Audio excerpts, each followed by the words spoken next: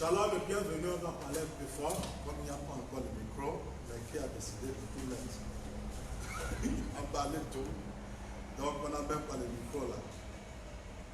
Donc le résumé du message de notre réponse, question et réponse de pasteur Simon bien. Et pour nous aider à prendre une bonne départ, nous avons aujourd'hui la sœur des Saint-Tiche, hein? Non, moi c'est Sharon. Sharon et Saint-Tiche, oh oui, oui. D'accord. Ok. Peut-être c'est une prophétie pour l'autre Saint-Tiche. Elle va bien? Voilà, donc, Matthieu chapitre 9, juste pour avoir une bonne climat pour lancer. Matthieu chapitre 9 et verset 17. C'est Jésus qui parlait. Il dit, on ne met pas non plus de vin nouveau dans des vieilles outres. Autrement, les autres se rompent, le vin se répand et les outres sont perdus. Mais on met le vin nouveau dans les outres neuves et le vin et les outres se préservent. Jésus parlait de son ministère. Il parlait de son ministère que tu ne peux pas mettre ce nouveau ministère dans l'ancien mouvement. Donc l'ancien mouvement, c'est l'ancien. Il y a beaucoup de gens, quand ils lisent ça, ils n'arrivent pas à voir que c'est la réalité de ce que Jésus vivait. Et il a avancé pour dire ne met pas l'ancien vêtement sur le nouveau robe et tout ça là. Jésus, il connaît que ce qu'il a mené, c'était quelque chose de nouveau. Jésus avait le même esprit que nous avons aujourd'hui. Et il a en train de résoudre le problème de son temps par rapport à le message de son jour. Et il le faisait comprendre que vous ne pouvez pas mettre ce nouveau vin, nouveau message dans l'ancien vase, autre. Tu ne peux pas. Pourquoi? Parce que ça a été fait par la peau d'un animal, et quand c'est bien vieilli, ça sèche, et quand on met quelque chose de liquide dedans, c'est normal que ça puisse s'exploser. Jésus dit ça ne peut pas. Ça, c'est un nouveau ministère. Et vous qui me suivez, vous savez déjà que ça, c'est un nouveau message. Juste pour faire un peu de révision, dans la première partie, nous avons utilisé le livre. On a utilisé le livre pour expliquer que le livre de vie était l'Ancien Testament. Le livre de vie était l'Ancien Testament. Et que quand les 70, Jésus a copié le ministère de Moïse en choisissant 70 disciples. Il leur donne le pouvoir pour aller. Et c'est Moïse, le premier qui a choisi 70. Et il a versé son esprit sur eux. Jésus il a copié ce ministère-là. Et de là, quand ils sont revenus, pleins de joie, de la victoire qu'ils ont eue, et Jésus a gagné cette révélation, que ne réjouis pas parce que les démons sont soumis à vous. Mais réjouis parce que votre nom est écrit dans le livre de vie, le livre dans le ciel. Et Jésus voyait que cette pratique-là, c'est une pratique qui est en train de bâtir. C'est dans le livre de vie que Adam a ouvert. Et Adam a ouvert ce livre-là, et Jésus voyait que le livre de vie vient déjà à sa fin, et qu'il y aura un autre livre c'est le livre de l'agneau. Et lui-même, l'agneau de Dieu, qui ôte le péché du monde, il voulait ouvrir une autre qualité de vie, une autre vie. Livre de mémoire, vie, l'expression. Livre qui n'a pas écrit, ça veut dire de nouvelles expressions qui n'a pas encore manifestées. Livre qui est déjà écrit, c'est des pitres écrits, vivantes, devant tout le monde. Donc le livre de l'agneau fait s'ouvrir devant tout le monde. Et Jésus devait monter à la croix avant que le livre de vie termine complètement. Donc quand il prête le comportement ou bien la discipline de Moïse, ça lui avait ouvert la tête pour dire que ça c'est le livre de vie. Vous êtes tous écrits dans le livre de vie, mais je vais vous faire comprendre que le livre de vie est en train de partir. Voici l'agneau de Dieu qui ôte le péché du monde. Et depuis le moment où Jésus est mort, toutes personnes qui sont venus sur la terre, ils sont dans le livre de l'agneau. De le livre de vie à le livre de l'agneau. Mais nous savons que l'agneau aussi a une durée déterminée. Puisque après, on a compris comment il est devenu le lion des tribus de Juda, le ministère du trône. Donc nous avons arrêté dans la première partie là pour parler du trône. Comment on est arrivé à l'heure où nous sommes. Nous avons le ministère du trône. Ça, c'est le ministère du trône. Ce n'est pas le livre de vie, ce n'est pas le livre de l'agneau. Ça, c'est le trône, le fils de David. Le livre de l'agneau est terminé. Personne n'est dit pour prendre le livre, comment le lion est venu prendre cela pour révéler cela. Donc, on voit comment on a marché jusqu'à le ministère du trône. On a marché de le livre de vie à le livre de l'agneau, de le livre de l'agneau à le trône. Nous avons finalement arrivé au trône. On a pris le trône. Et puis, deuxième partie, nous avons vu, on a regardé par un autre angle. C'est l'angle de l'agneau. Dans le livre, dans le Premier Testament, c'est l'agneau animal qu'on utilise pour le sacrifice. Mais ce qu'on voulait montrer là, c'est le gardien du ministère de l'agneau animal. Gardien de la loi. Le gardien, c'était le sacrificateur. Donc dans le premier, on est arrivé dans le ministère du trône en utilisant le livre de vie, le livre de vie, le livre de l'agneau. Ensuite, on arrive au trône. Nous sommes dans le ministère du trône. Mais quand nous avons utilisé le deuxième partie, nous utilisons l'agneau. Cette fois-ci, nous voulons voir les gardiens ou bien les prédicateurs, les ministres.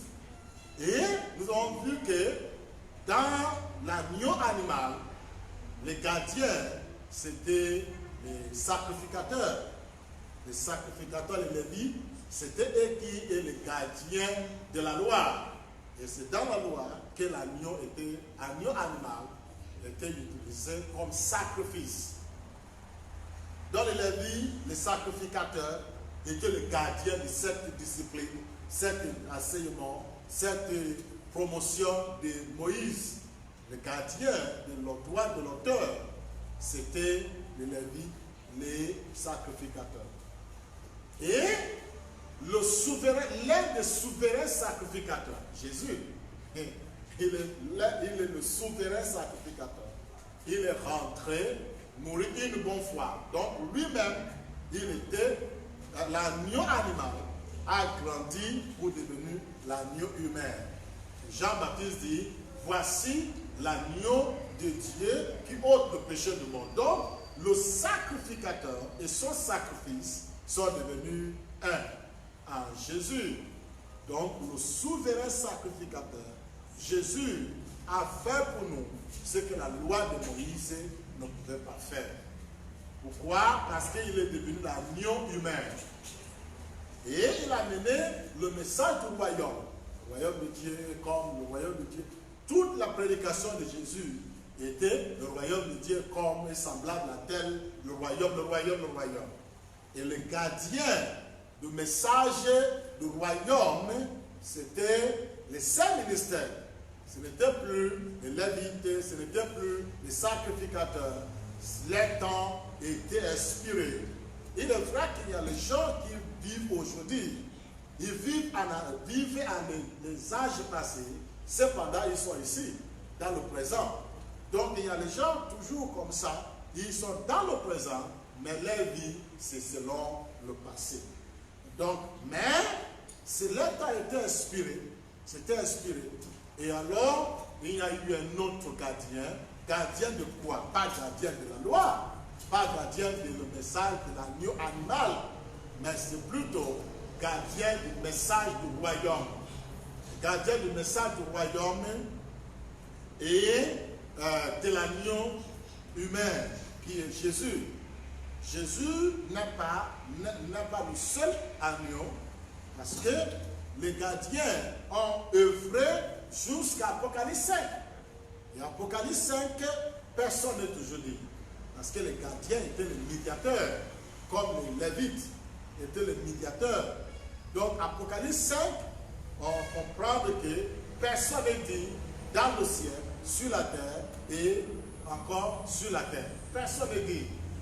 Et alors, la voix dit, non, le lion de tribu de Juda est digne. Là, nous avons vu que quand il regarde derrière, il a vu l'agneau. Il n'a pas vu le lion, il a vu l'agneau.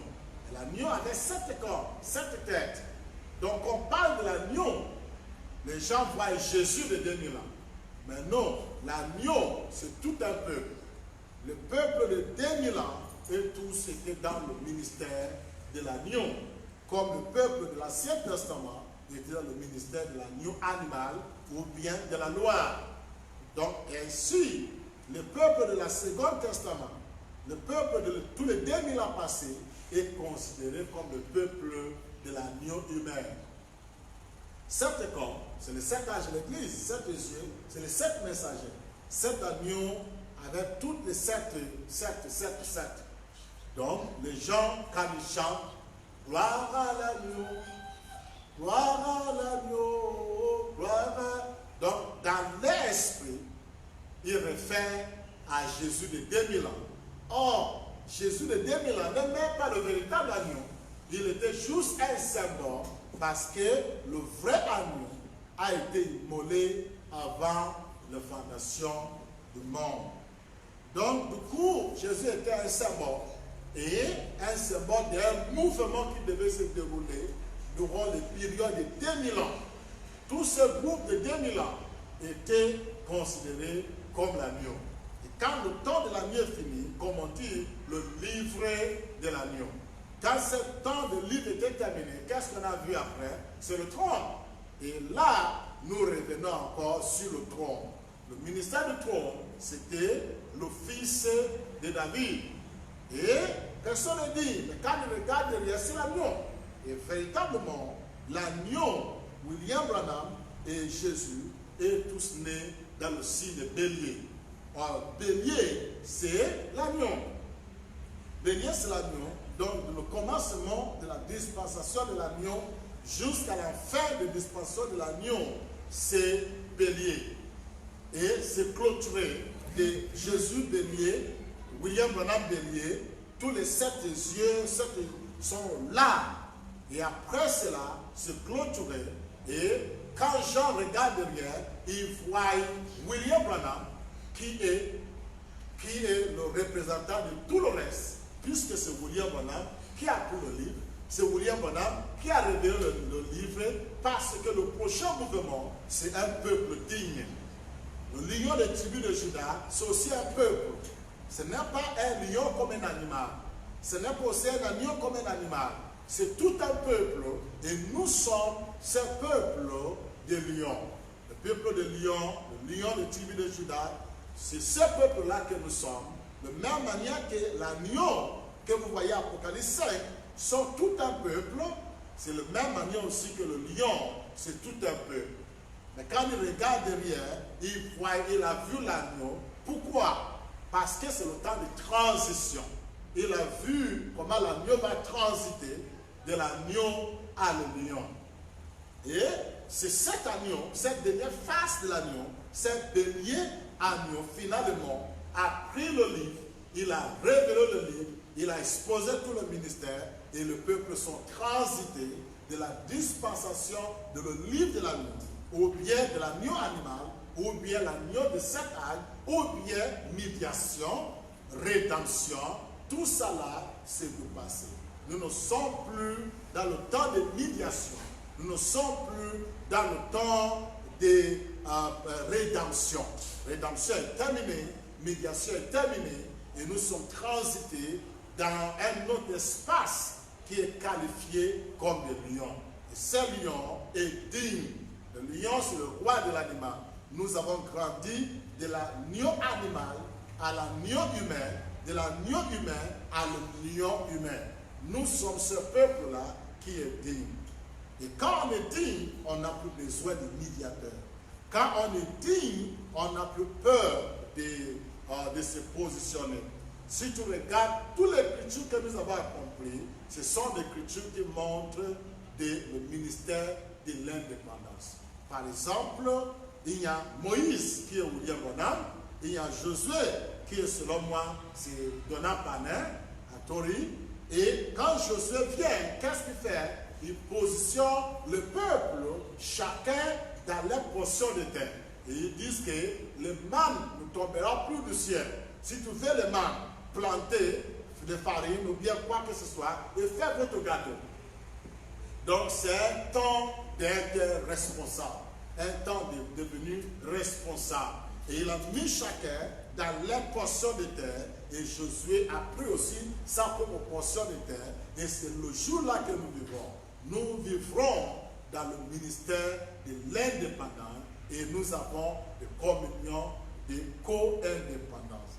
Et j'ai utilisé mon expérience personnelle, ma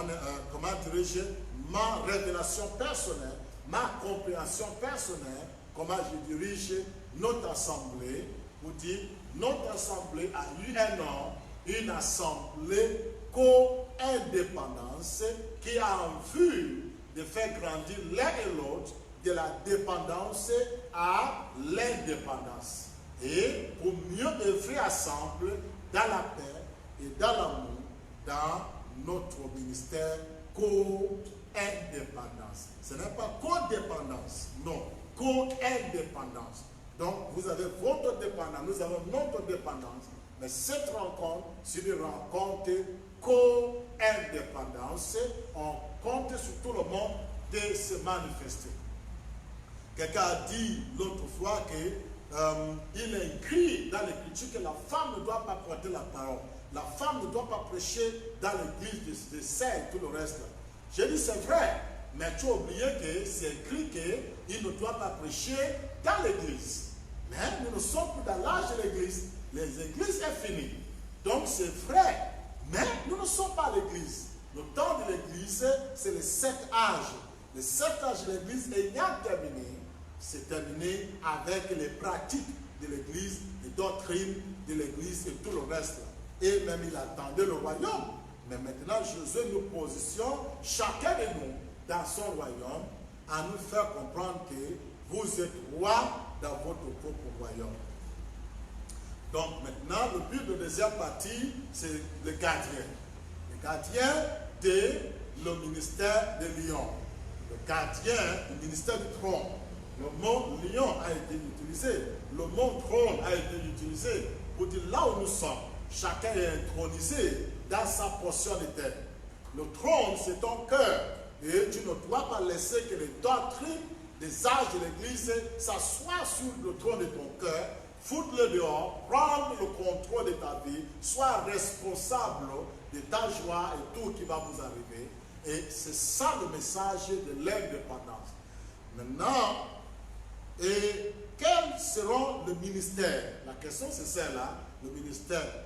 C'est mieux de faire le résumé maintenant parce que c'est un sujet vaste qu'on va continuer de temps en temps pour revenir sur ces choses-là.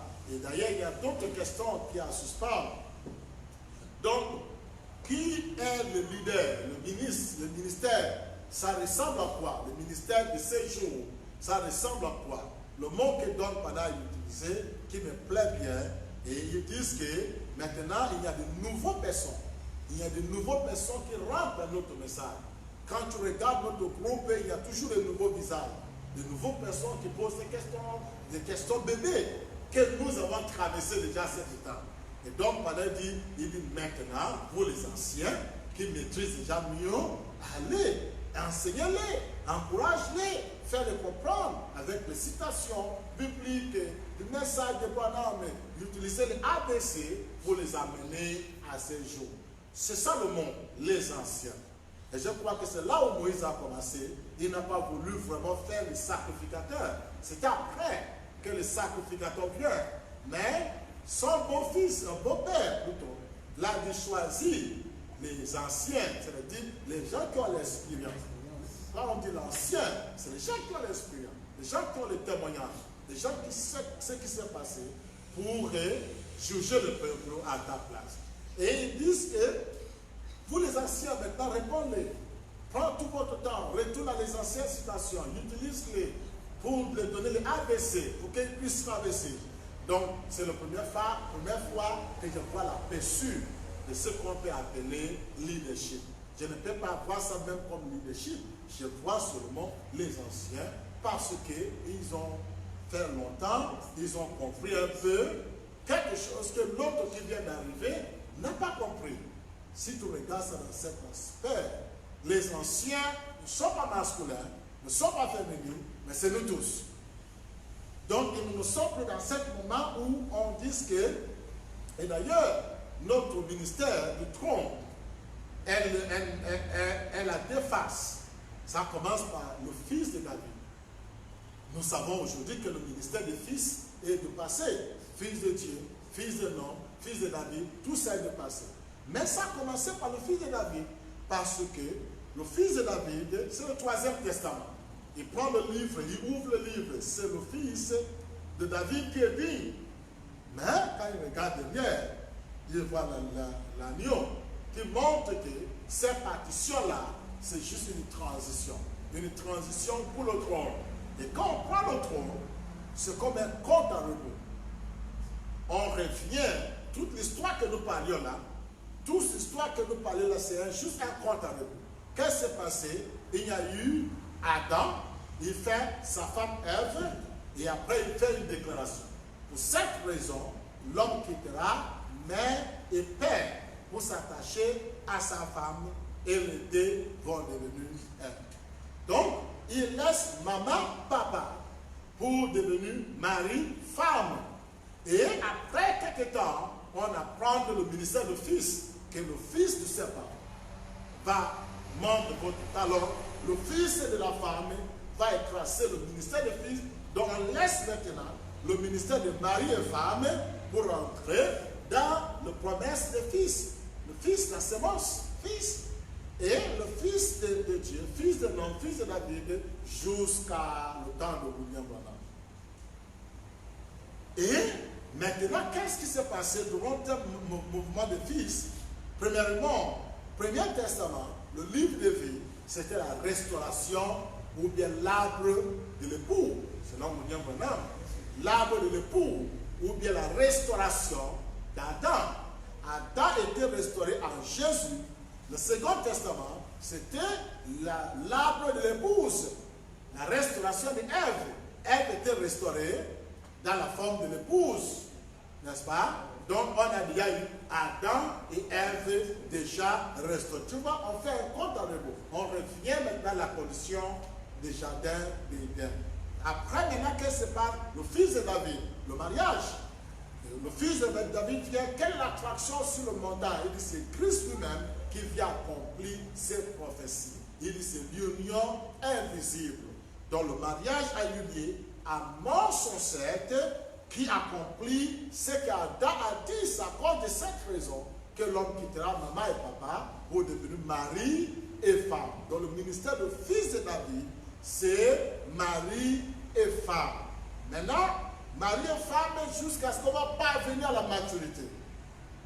Et on a eu à Tori, Donald Panin, qui est venu avec beaucoup d'enseignements et tout ça. Et aujourd'hui, on est venu parvenir à la maturité. Et quand on parvient à la maturité, on n'est plus mari et femme. Finalement, on retourne dans le trône de mère et de père.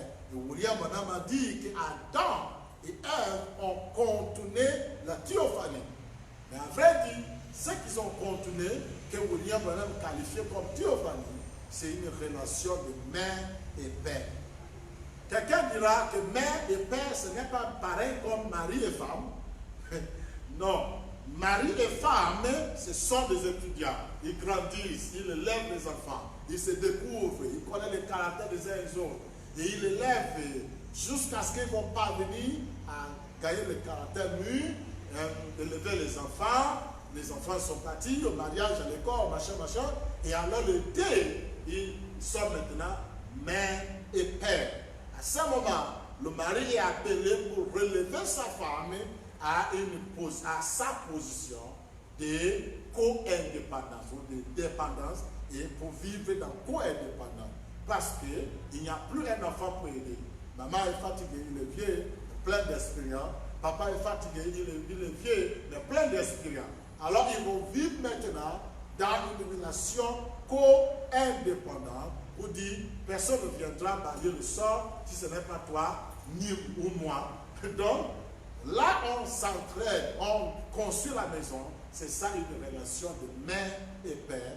Elle est différente d'une relation de mari et femme. Mari et femme, c'est produire les enfants, élever les enfants, cadrer les enfants. Il y a des bagarres parce que tu as dit que l'enfant doit faire comme ça. Non, c'est moi, c'est mon enfant, c'est moi qui l'ai gardé dans le ventre 9 mois. L'autre dit, bon, la bagarre et tout ça, tout le temps, on monte, on descend, on monte. Pourquoi? Parce qu'on élève les enfants. On élève les enfants. Tantôt, madame va prétendre soumis, tantôt, elle va sortir sa tête, et c'est le monter, descendre. Et tous les conflits, c'est sur le leadership.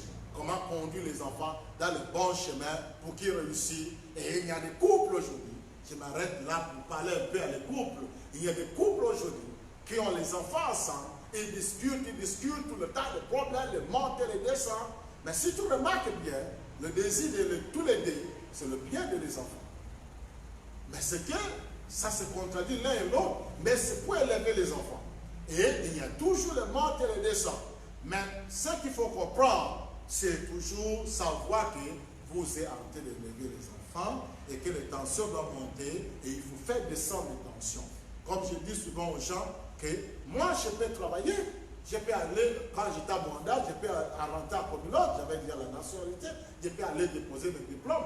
Madame sort de la maison, monsieur sort de la maison, quel sera le sort des enfants?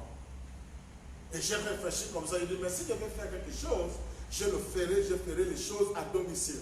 Et quelque chose à la maison, aussi elle peut être à domicile, je vais être dehors. Et si je vais être dehors, elle doit être dans le domicile. Et toutes ces choses-là, on fait ça pourquoi?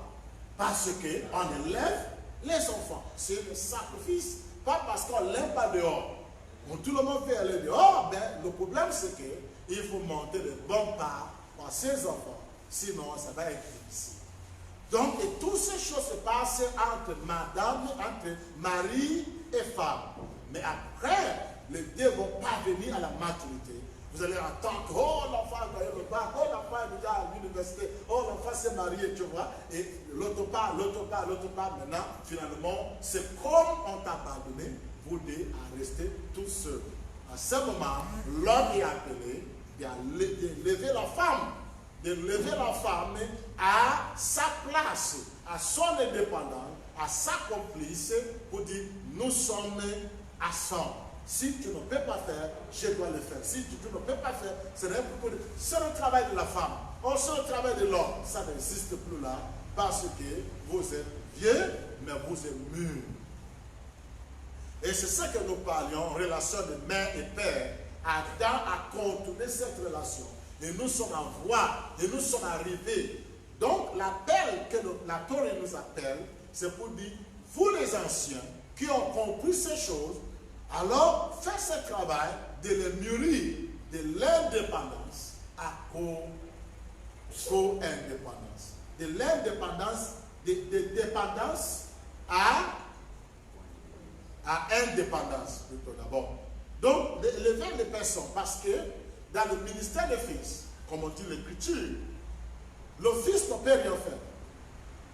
En vrai, c'est ce qu'il voit le père dit de faire. Donc, le ministère des fils, c'est le ministère des dépendants. On dépend à le pasteur, on dépend à le prophète majeur, on dépend à un Dieu fantôme, on dépend, tout qui arrive à toi, soit la gloire est rendue à Dieu, soit la faute, c'est le diable qui a causé ça. On dépend toujours. On n'a fait pas notre indépendance. On n'a pas pris notre responsabilité. Donc, le ministère de dépendance termine. C'est ça le ministère de fils. Mais n'oublie pas, toute l'humanité est rentrée dans ce ministère du trône. Mais n'oublie pas, le ministère du trône, c'est le fils de David. Toujours fils. Toujours fils. Fils de David, en train de mûrir pour devenir père, pour relever la terre. La terre, j'ai utilisé l'exemple de couple déjà, mais je vous l'ai dit, toute l'humanité. La terre, c'est la mer. C'est ça le féminin. La terre globale. Nous avons ce ministère de relever la terre à sa place. Relever les hommes, relever les femmes. On a un ministère de le faire comprendre que vous êtes digne. En fait, c'est maintenant le rôle de le supérieur qui était supérieur hier, le ministère de supériorité et infériorité, c'est le ministère de celui qui a dans sa tête, et vous rappelez, quand on est rentré dans le message d'Atori, vous allez réaliser que c'est comme le message là, quand il est pasteur. Hein? C'est toujours le pasteur de son Dieu. Bon, on réalise que tous les hommes sont faillants. Mais c'est juste parce qu'on quittait déjà la dépendance pour entrer dans l'indépendance. Et que la responsabilité, c'est maintenant la responsabilité de celui qui est supérieur de relever celui qui se considère lui-même à la position de l'inférieur à sa place de plénitude pour être responsable. Donc, ce ministère de fériorité et infériorité qu'on appelle madame et monsieur, mari et les femmes, cette étape finisse. Et maintenant, nous sommes rentrés dans ma mère et père, qui est la maturité de le père pour relever la femme à sa place pour dire non, tu es digne. En fait, cette génération est digne, l'humanité est digne, la planète Terre est digne. C'est notre message pour dire à la planète Terre que nous sommes dignes. Tout le monde, nous sommes dignes. Hein? La planète Terre, la mère Terre, cette Jérusalem, cette terre relève-la à sa place pour dire désormais toute l'humanité est digne. À l'époque, on va dire, si tu es né de nouveau, baptisé de l'eau, tu es digne. Tu vas rentrer dans le ciel, dans l'enlèvement. Et le musulman te dira que non, si tu ne suis pas le chemin d'islam, tu ne rentreras pas. Chacun montre des conditions pour être digne. Mais aujourd'hui, il y a beaucoup de conditions. Nous avons traversé le barrière et que tout le monde est dans le ministère du trône. C'est-à-dire, chacun des théophanies est déjà dans son royaume, qui est votre chair, votre corps. Et on vous appelle de réaliser et prendre position. Quitter, je sais que vous êtes encore fils. Vous êtes encore dans la mentalité de dépendant. C'est ça, fils. Mentalité de dépendant. On te trouve dans la mentalité de dépendant dans cet âge de trône. Dans cet âge de trône. Mais il te faut réaliser que même si tu es dans cette dépendance, le ministère qui vient, les anciens qui sont là, savent que la dépendance, ce n'est pas la finalité. Tu dois grandir de dépendance à l'indépendance pour que tu puisses mieux fonctionner dans l'assemblée co-indépendant en paix et vraiment voir comment tu vas contribuer comme l'autre contribue. Contribuer les uns et les autres. Donc, c'est là. Donc, le mot qu'on peut utiliser qui est naturel. Parce que, réellement, les lévites ou bien les prêtres n'étaient pas juste un titre. C'était le nom pour décrire. En fait, c'était d'abord les tribus. Un tribu qui fait telle chose. Mais après, dans le Second Testament, les 5 ministères, ce sont des noms pour décrire l'œuvre que chacun faisait. Aujourd'hui, nous avons traversé les âges de l'Église. Les 5 ministères est fini. Nous ne parlions pour les 5 ministères. C'était bon pour l'âge de médiation. C'était bon pour l'âge de rédemption. La rédemption est terminée. Personne n'est indigne. Tout le monde est digne maintenant. Donc, du coup, c'est un ministère du trône. Tout le monde est dans le trône. C'est de réaliser, de grandir l'un et l'autre dans le sens d'éveiller la conscience de l'un et l'autre pour réaliser que tu es digne. Pour le rappeler que vous êtes digne. Donc, les leaders, c'est tout le monde. Aussi longtemps que vous avez déjà pris votre responsabilité, vous avez déjà compris, vous avez quelque chose à dire pour aider quelque chose. Peut-être à l'avenir, les choses vont se dessiner dans une autre manière, mais actuellement là, nous sommes tous concernés dans ce mouvement. Avant de prendre le dernier angle, si quelqu'un a quelque chose à dire, il faut se manifester. C'est bon pour le moment? Personnellement, je crois que c'est clair. Parce que nous sommes sur le sujet qui montre la différence. Avant de montrer la différence, on a tenu d'expliquer les fins. Et on réfère tout à l'Ancien Testament pour montrer comment les choses sont très alignées. Parce qu'on a donné la fin comment? C'était à des églises, c'était à ceci. Mais on a tenu de montrer le système. Comment est-ce que cette évolution a pris fin et dans quoi on est aujourd'hui. Parce que si on n'avait pas regardé comment, d'abord, l'agneau animal, on va partir dans le commencement, comment ça a pris fin. On voit bien comment l'agneau animal a pris fin à la croix du Calvaire et comment l'agneau humain a commencé. Et après, si on ne suit pas toutes ces choses, on voit la fin de chaque événement et chaque système, comment ça prenait fin. On aura aussi du mal à comprendre la fin des âges de l'Église. Parce qu'il faut bien regarder comment les églises est rentrée. Et même encore, ce que j'ai aimé toujours, c'est là où Fobonam il explique sur la restauration, il dit que l'arbre de l'époux a été terminé à telle période et l'arbre de l'épouse a pris fin. Et Fobonam dit que l'arbre de l'épouse est achevé, et c'est terminé, c'est restauré. C'était pour montrer la fin encore d'un système, pour montrer que tout était déjà s'accomplir.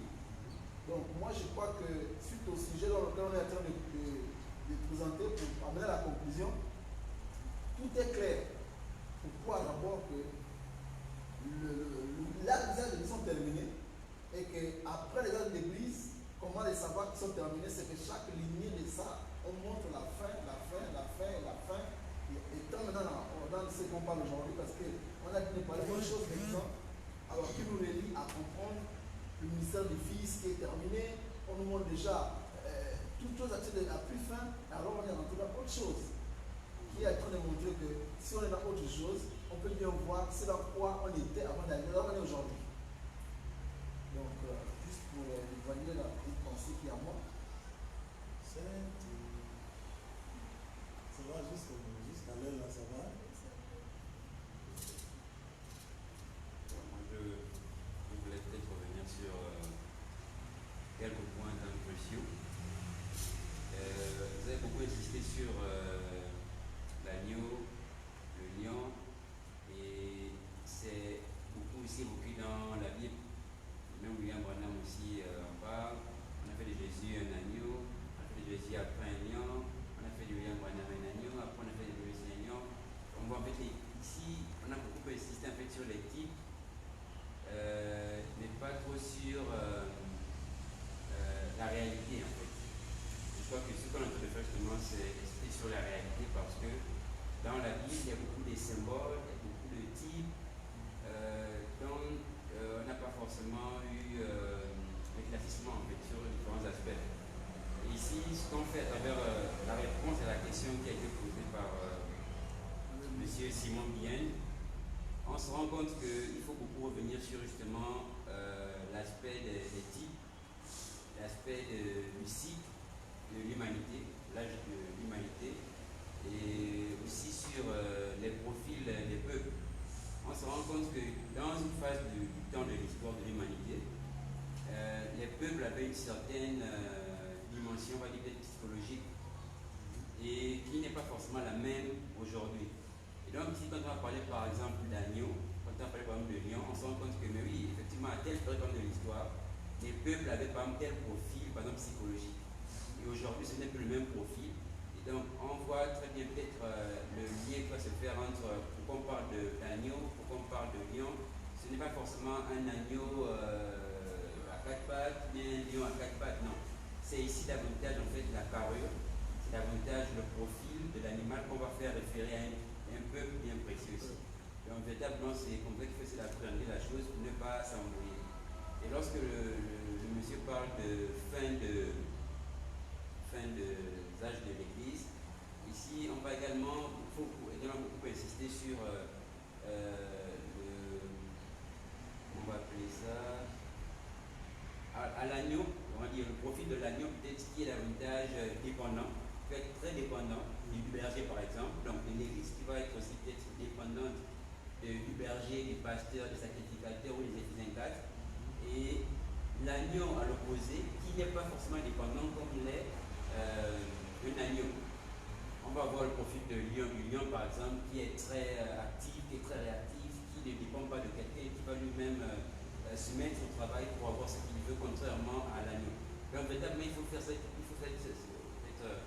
insister sur cet élément-là. Les caractères, voilà, c'est des natures, des caractères, et c'est véritablement ce dont il est question. Mais ce n'est pas forcément des agneaux physiques, ni des lions physiques, mais c'est des profils, des caractéristiques qui sont données ici. Et c'est exactement, au début vous avez parlé de Matthieu 17, où il dit en fait, on ne mélange pas le vieux vin, ni le vieux vêtement avec le nouveau vêtement, ou le vieux vin avec le nouveau vin.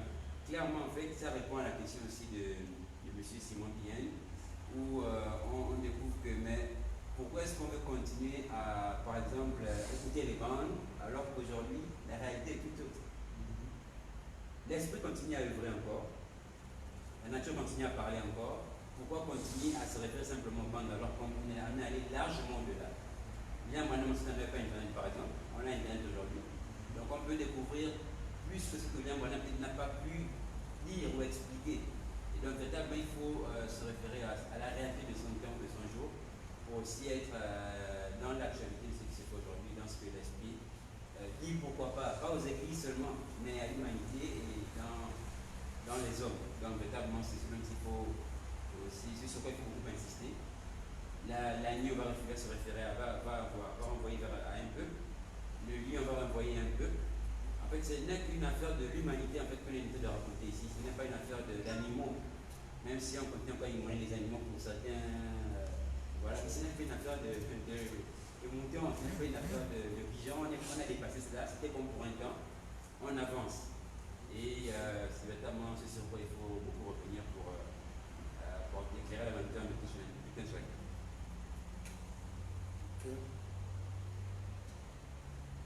Bon, comme le temps coule, nous on fait le vidéo là, d'une manière où vous pouvez au moins facilement écouter.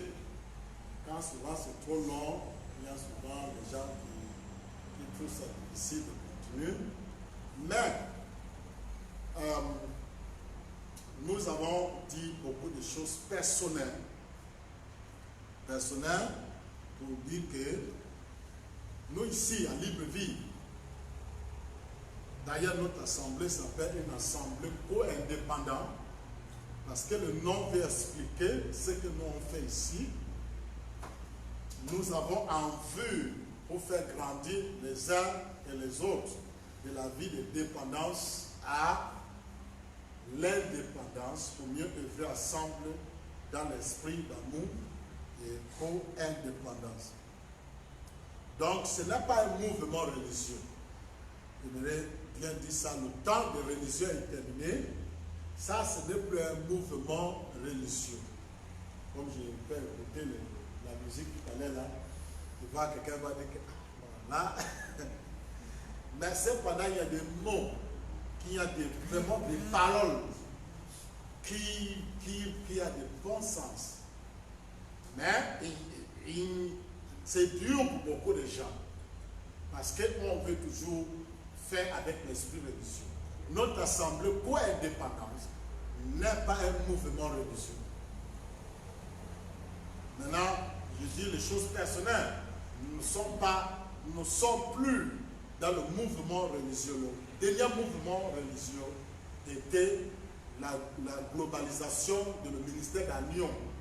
7 cornes, 7 têtes. C'était William Branham.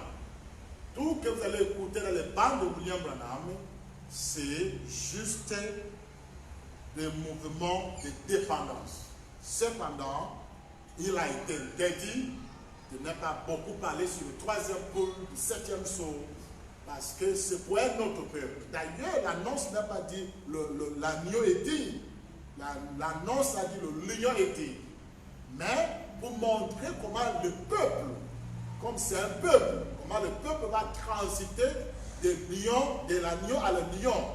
C'était le dernier face de l'agneau qui est venu avec le symbole de tout le mouvement de 7 cornes, de 7 têtes, de 7 yeux, pour prendre 7 livres et ouvrir cela, même si l'Écriture a dit que l'agneau n'est pas celui qui doit révéler, c'est le lion qui est dit. Mais la transition, c'est que Jean a vu. Il a regardé derrière, il a vu comment ce peuple-là va se transiter. Ça va être le ministère du Fils. C'est pourquoi il utilise le mot trône. Nous sommes tous dans le ministère du trône, mais dans le ministère du trône, on grandit des fils à père. On grandit de dépendance à l'indépendance. On grandit de supériorité à infériorité, rédemption, médiation. On grandit de ces choses-là pour être digne.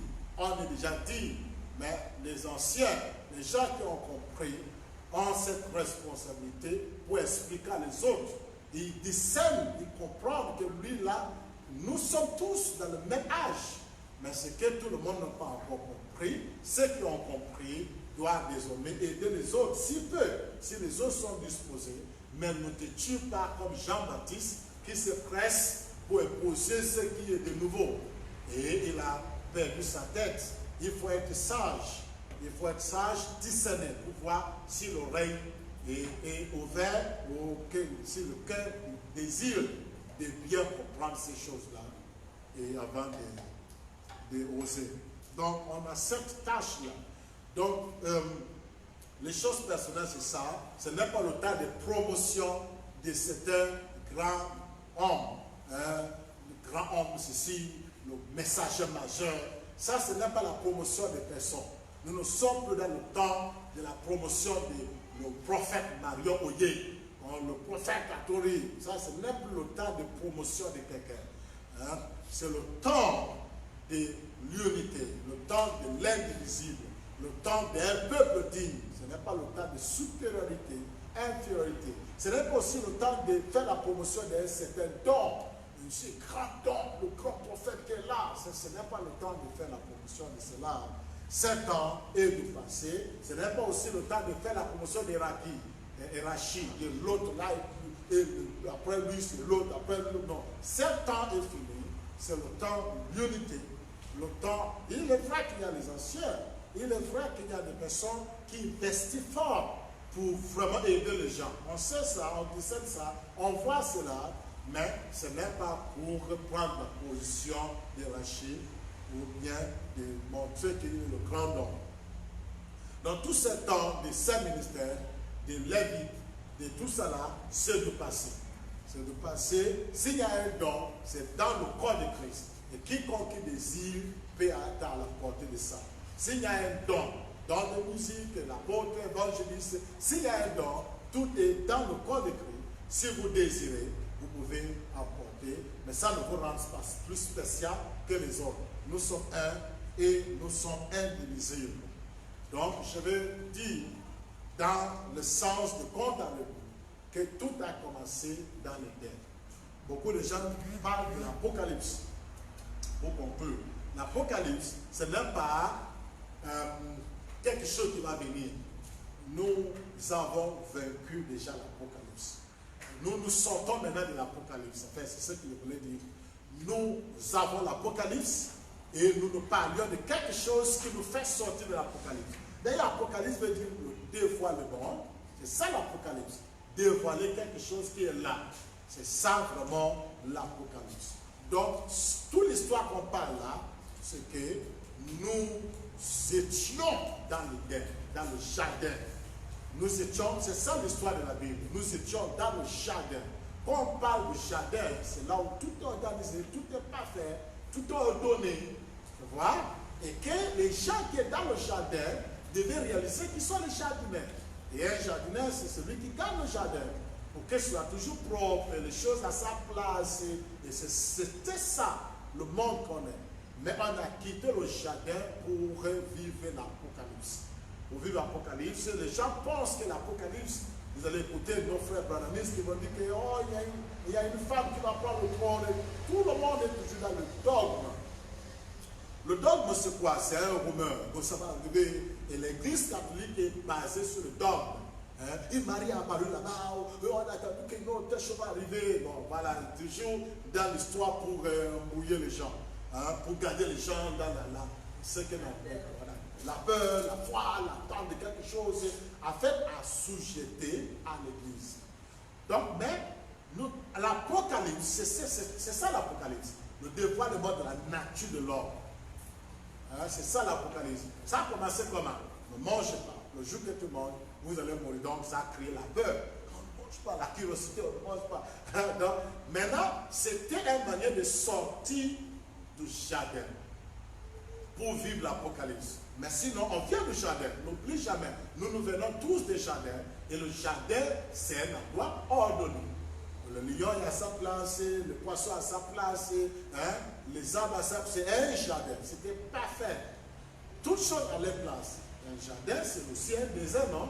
C'est une forêt, mais organisée. Le jardin, c'est une forêt organisée.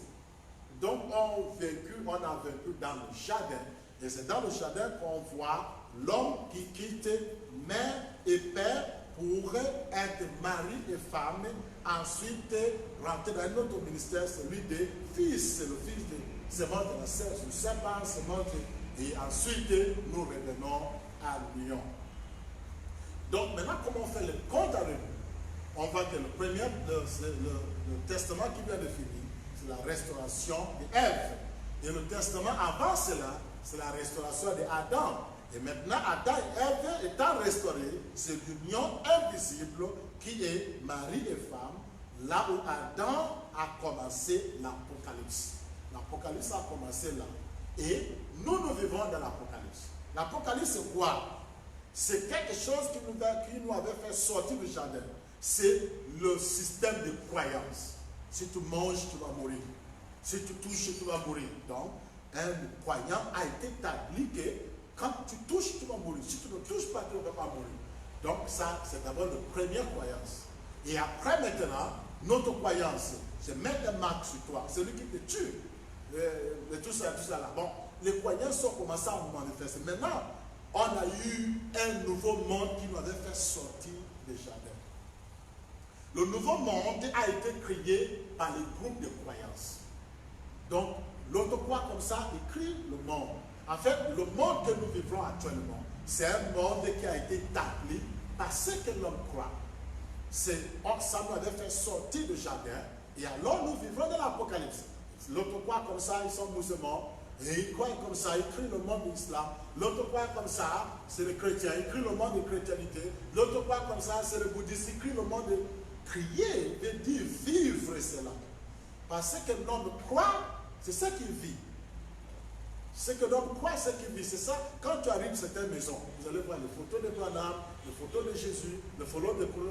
Il crie son royaume, son monde, selon sa croyance. Mais quand tu vas arriver dans la maison d'un vrai catholique, tu vas voir l'autel qui est là, Marie qui est là, le mal de la croix qui est là. Il a crié son royaume, son monde. Donc, le monde que nous vivrons sort de l'Éden.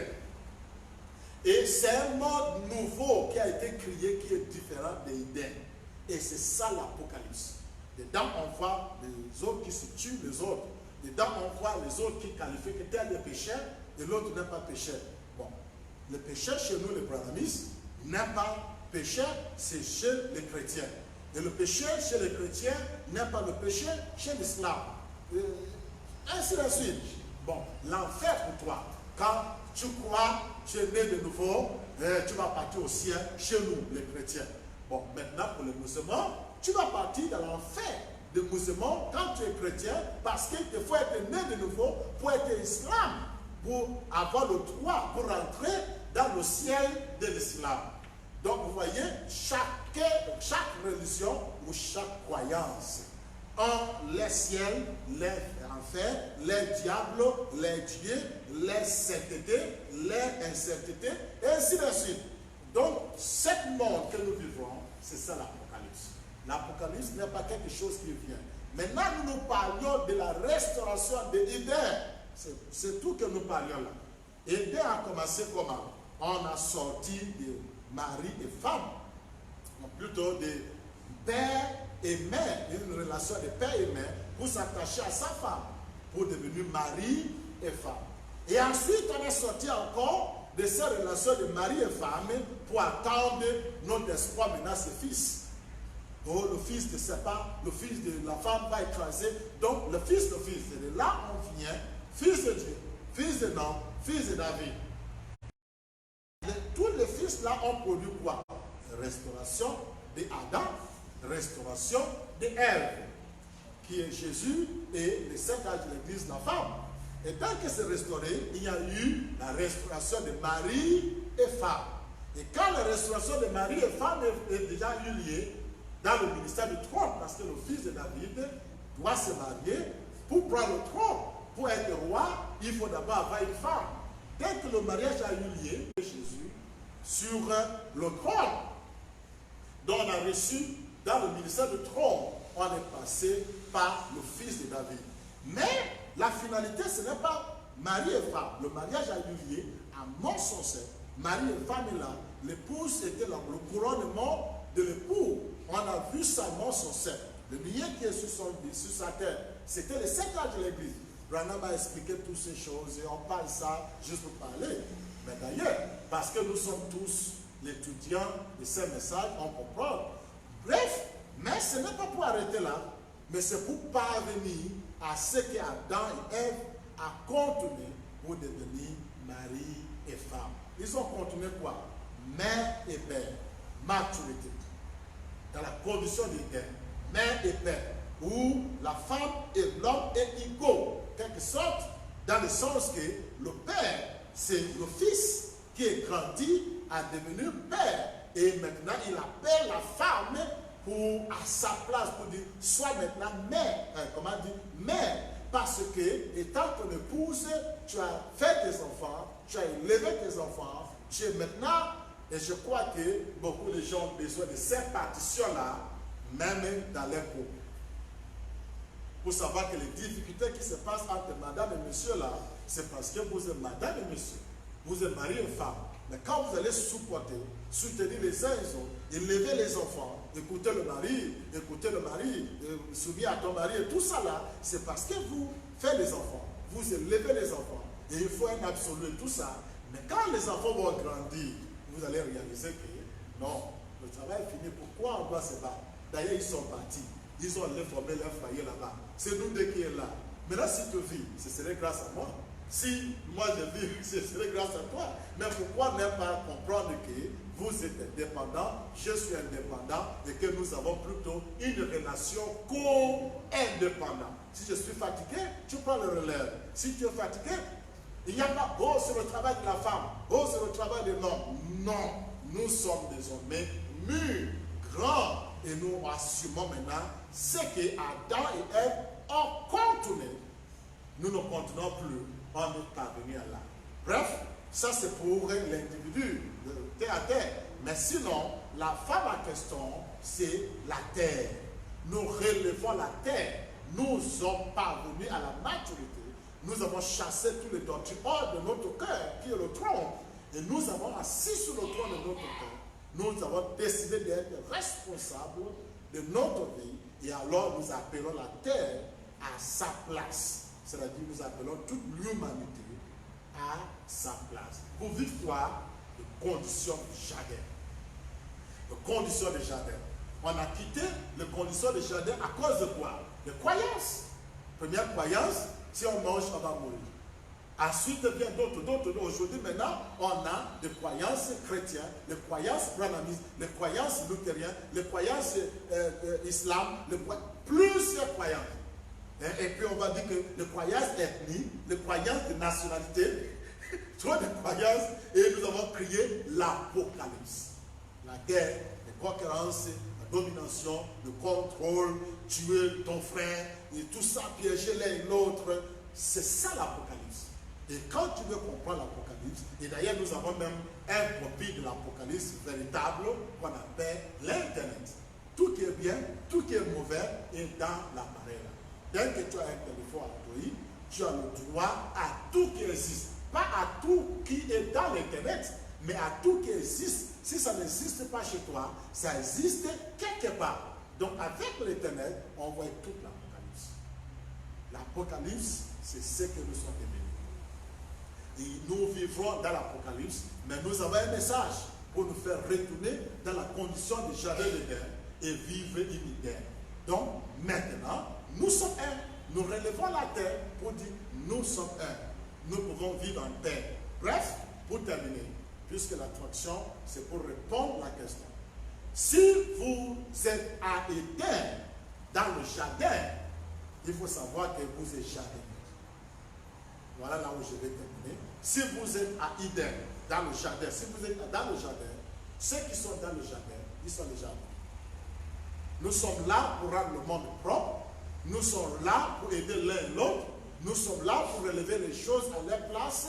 C'est ça le ministère d'aujourd'hui. De savoir que tout ce que vous voyez là est là pour nous aider. Anthony a donné l'exemple. Il dit, bon, quand les gens vont attendre qu'il soit à Philippines, ils vont dire que oh, il est à Philippines, et il a fait Dieu avec lui, le colon de fer est avec lui, à Philippines, et tout ça, et tout ça. C'est vrai, je suis à Philippines, mais et vous dites, Dieu est avec moi, il y a un grand mouvement. Mais vous oubliez que pour être ici, j'ai pris l'avion. Quelqu'un a allé préparer mon voyage. Il dit, mais ce Dieu-là que tu dis qu'il est avec moi là, était avec la personne qui a préparé mon voyage. Et cet Dieu qui était avec moi, là, que tu dis c'est avec moi, il y a le mouvement de l'esprit. Cet Dieu était avec le compagnon, il leur d'arranger le jardin. Il leur de relever le jardin à sa place. La terre, c'est la femme de Dieu. C'est notre femme, c'est notre maman. Il nous faut relever la terre, relever les uns et les autres à sa place. Vous qui me suivez ce matin, c'est ce que la conclusion va être aujourd'hui. Et si vous avez quelque chose, et c'est bon, nous allons terminer. L'Apocalypse, c'est le passé. On sort maintenant de l'Apocalypse. Bon, yes?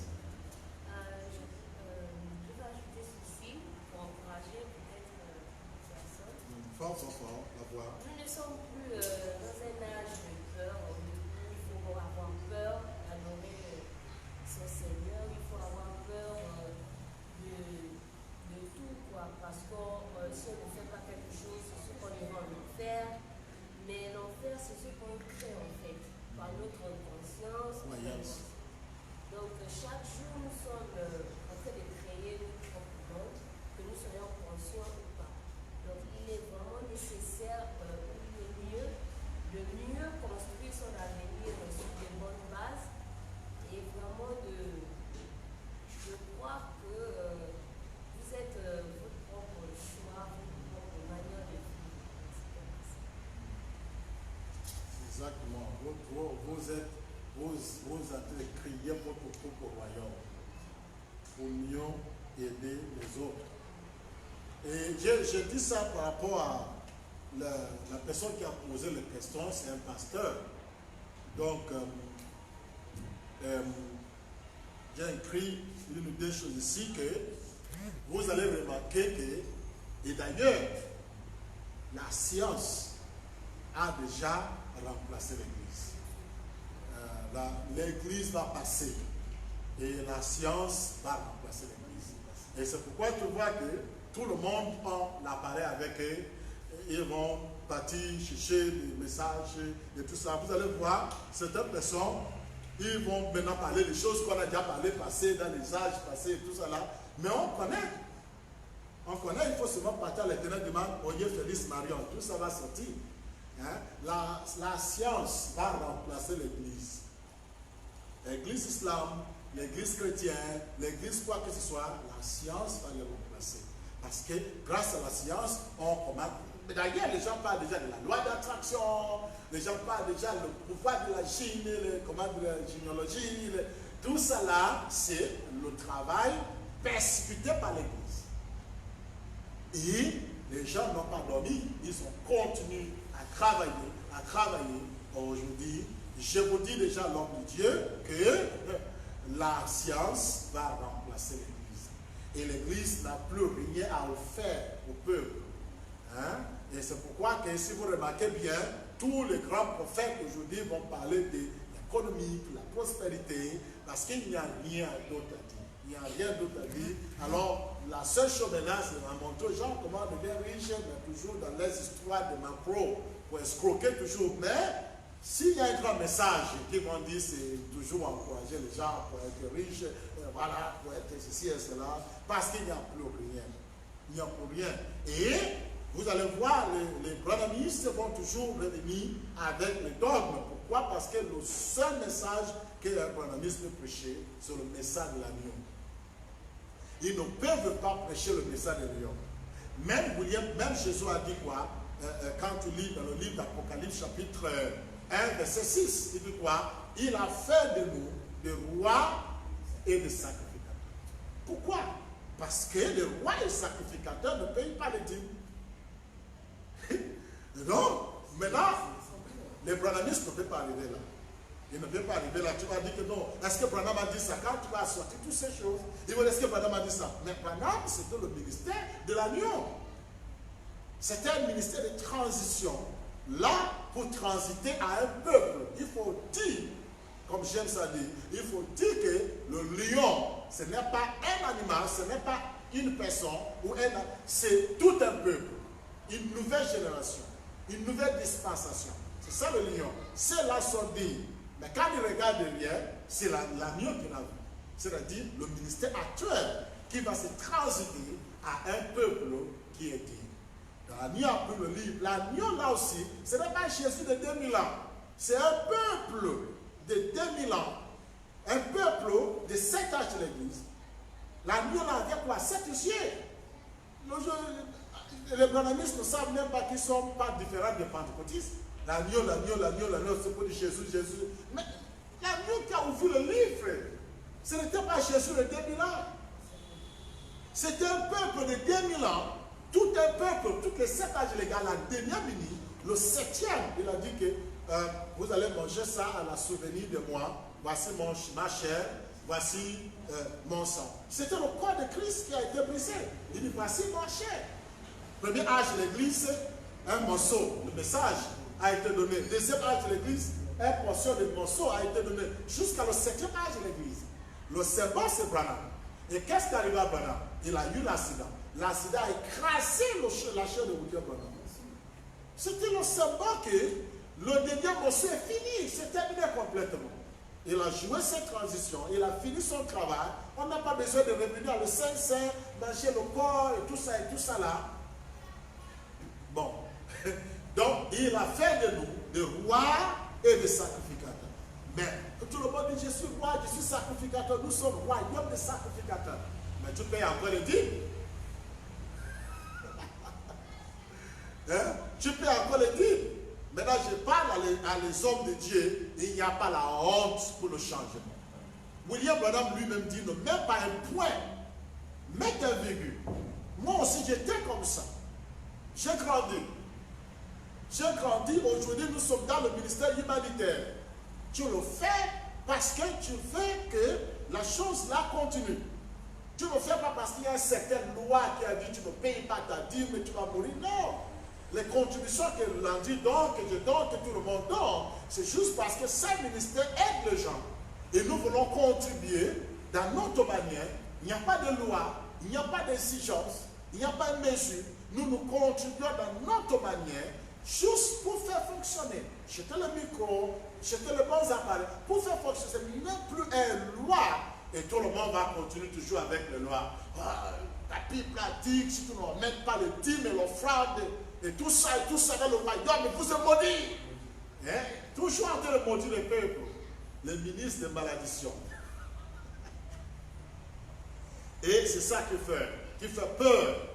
Parce que les brebis regardent le leader dans l'angle spirituel. Ils le regardent, c'est l'homme de Dieu, l'homme spirituel. Mais les hommes de Dieu regardent le peuple de l'angle de l'économie. Ils disent, non, moi j'ai déjà des gros brebis dans mon église. Il y a les brebis grasses. Non, là, vraiment, là j'ai une bonne dîme qui vient, la dîme, voilà. L'offrande, c'est combien?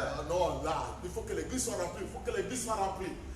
Il n'y a pas un grand travail. Tout c'est juste de l'angle économique que les bergers, les ministères de médiation, ok, il faut le dire, les ministères de médiation regardent l'église, regardent les peuples depuis l'angle de l'économie.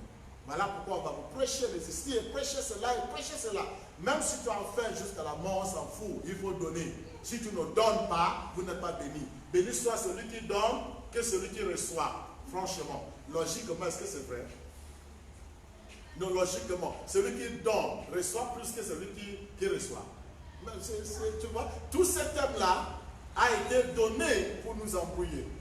Je parle tout de suite là, je parlais avant le culte là avec le pasteur, je dis, bon, il dit, maintenant on va prier comment? On fait notre prière comment? Tout ça là. Je comprends de quel angle qui vient. L'angle de supériorité, infériorité, père et fils. Le père est quelque part, je suis le fils, et je dois référer à le père. Je lui réponds, je lui dis ceci, par rapport, je vais partir dans une mission pour 3 jours.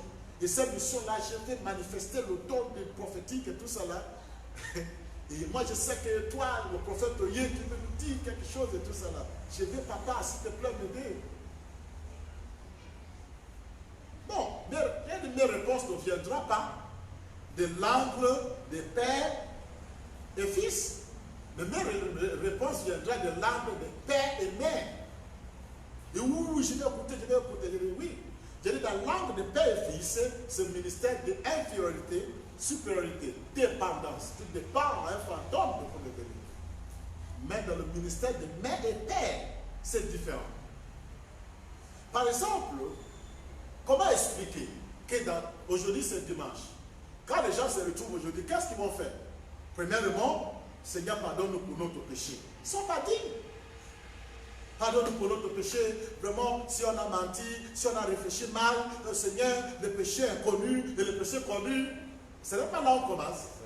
Bon, après cela, d'abord ça d'abord. Est-ce que ça c'est dans le ministère de Dieu? Mais l'agneau la voix a dit, le groupe de lions sont dignes. Mais tu es toujours dans le message de culpabilité. Après cela, qu'est-ce qu'on prie encore? Tous les démons, tous les satans qui sont dans cette liée, je le chasse.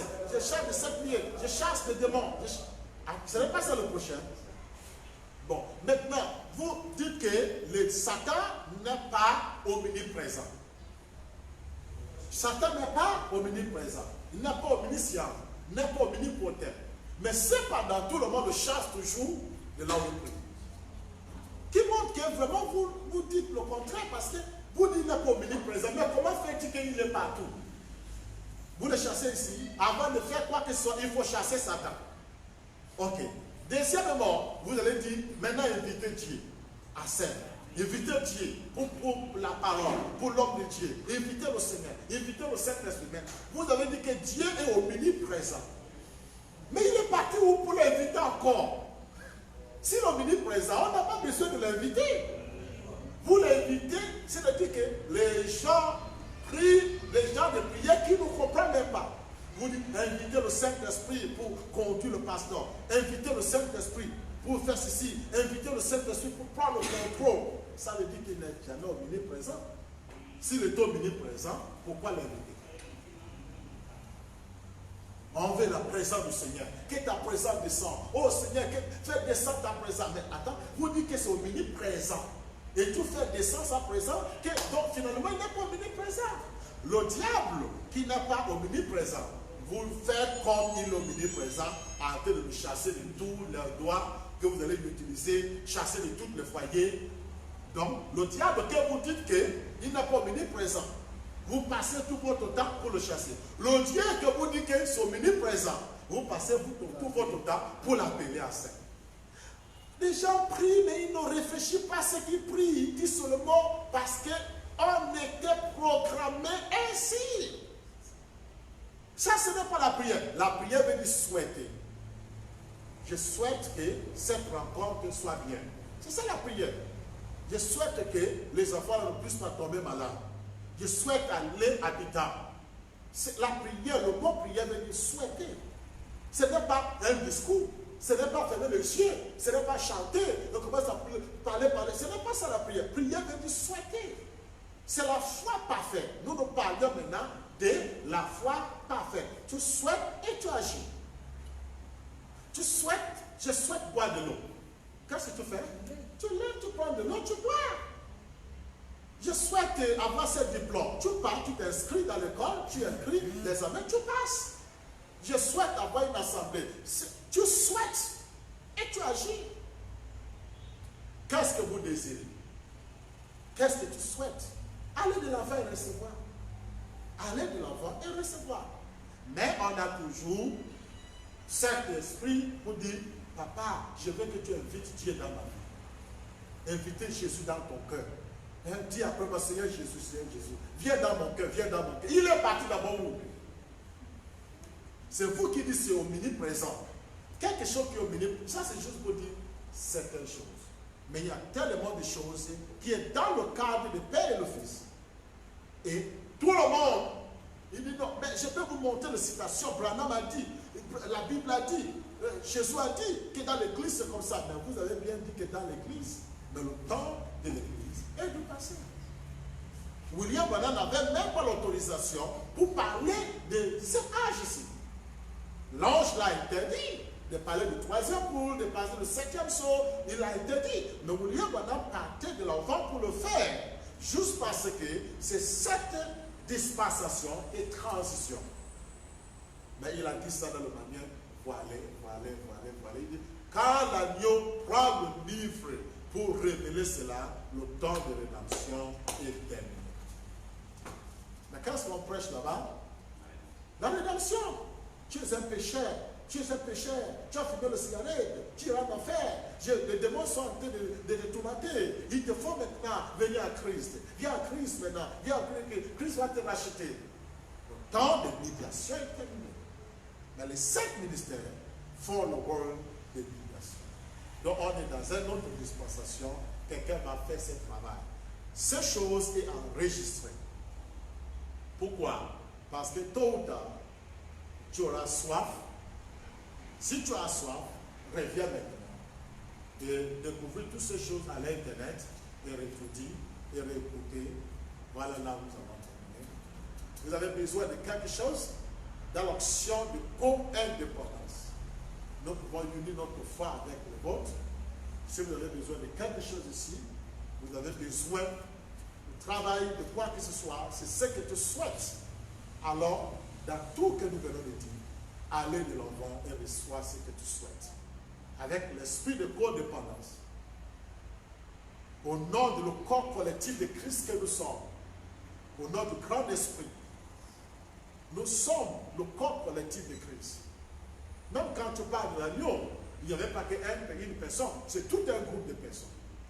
Au nom de le corps collectif de Christ, nous vous déclarons de recevoir le désir de votre cœur. Reçois tout ce que tu as besoin. N'avoir pas peur. La guérison est à toi. C'est en toi. Reçois-les. Manifeste-les. Manifeste tout ce que tu as besoin. Tu n'as pas besoin de construire un ministère sur la guérison. C'est à la portée de tout le monde. Tu peux avoir la science là. Reçois-les maintenant. Au nom du grand esprit. Au nom de le corps collectif de Christ que nous sommes. Que ce soit ainsi. Amen. Bye bye. À nous revoir bientôt pour continuer le sujet.